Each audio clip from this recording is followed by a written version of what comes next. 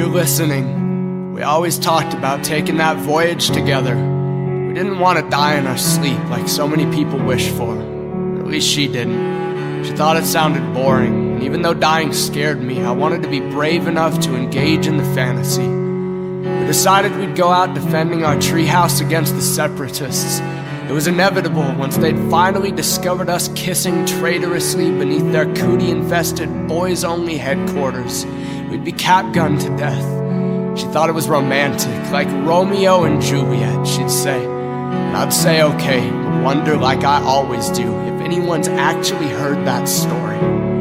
I finished our treehouse with the few scraps of dead wood that I was able to drag back to land. It seemed fitting after our whole lives were broken homes for all of those shipwrecked pieces to complete one.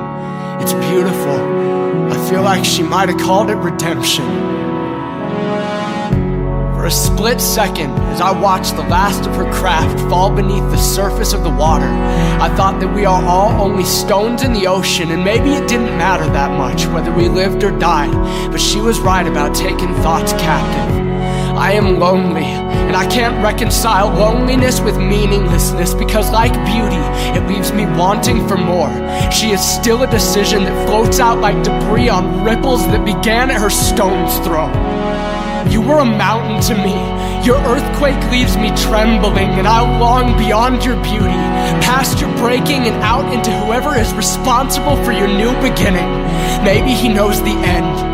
When you first set sail and pushed off to sea, I stood on the shore looking forward, tongue-tied and stubbornly, holding tears behind my eyelids, cause no matter how much I liked you, girl, there was still a bit of boy in me, and I wasn't about to weep with you staring back, smiling.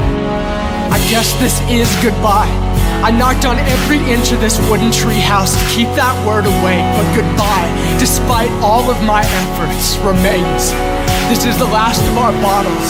If it ever makes its way out to the new world, know that it was unending love that fueled the moon's magnetic pull to pursue you through the death that threatened to conquer it. And it is beautiful. It cannot fail. It cannot fail. It cannot fail! Definitely. Infinitely. Intimately. You're king.